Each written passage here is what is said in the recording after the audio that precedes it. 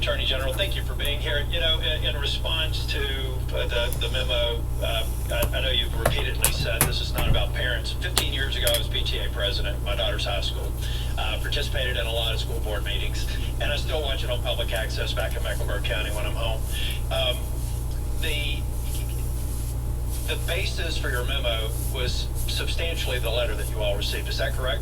That was an important part of it, yes, Senator. Do you think there was an empirical? I've seen some of the widely reported situations in some school board meetings, but is there really any empirical basis for? I've seen a lot of raucous school board meetings. I've participated in them. Is there really any empirical basis? Did the DOJ do any real work outside of the public reporting to say that there's a disturbing trend that required the kind of what we consider to be overreach on behalf of the DOJ?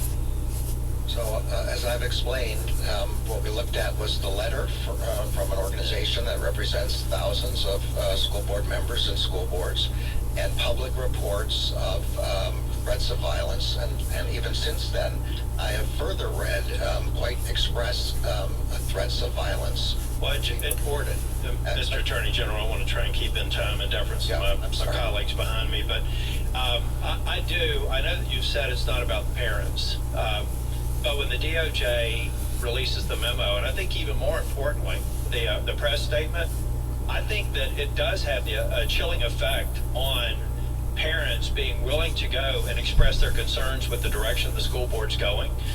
When all of a sudden you think that your words and this list of crimes that the department has sent, I guess, to at least the state of Montana, others, it can have a chilling effect on people who legitimately have a concern and they want to express it, but now they may think that they come crosswise with the FBI.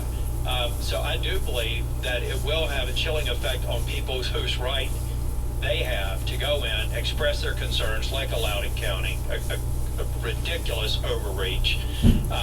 I think that it will have that effect because the full force of the FBI is now something a parent has to think about before they go before a school board meeting to express their concerns, and they get frustrated. Like I said, they've been raucous for decades, and they will be raucous for decades to come. So I really do believe that you should seriously consider rescinding, revising a statement out there that concerns me for the parents that I want to show up at school board meetings and have the school boards held accountable. The other thing that we should talk about are the numerous examples of school board members getting caught saying audacious things. Is one thing you've seen over the past year. Think about some of the provocative statements that they said. They thought they were behind closed doors, but they were on the internet, basically ridiculing parents and pretending like they had ball control over their children's education and their future.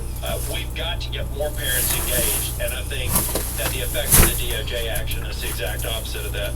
But most of my colleagues have covered my concerns, and I agree with those that are expressed on my side of the aisle. In response to Senator Graham on immigration, you said that you did go visit the border. It sounds like you were down there mainly from the perspective of your role in the DOJ. I understand that Homeland Security is primarily responsible, but I would encourage you to go back down there and maybe we can share with you our itinerary to talk about why I do believe it should be a great concern to the DOJ. We've got almost 1.5 million asylum cases on the docket now, and it takes years to complete them. And about 80% of them are adjudicated as not having a valid claim. So doesn't that data lead you to suggest that the asylum system is being abused?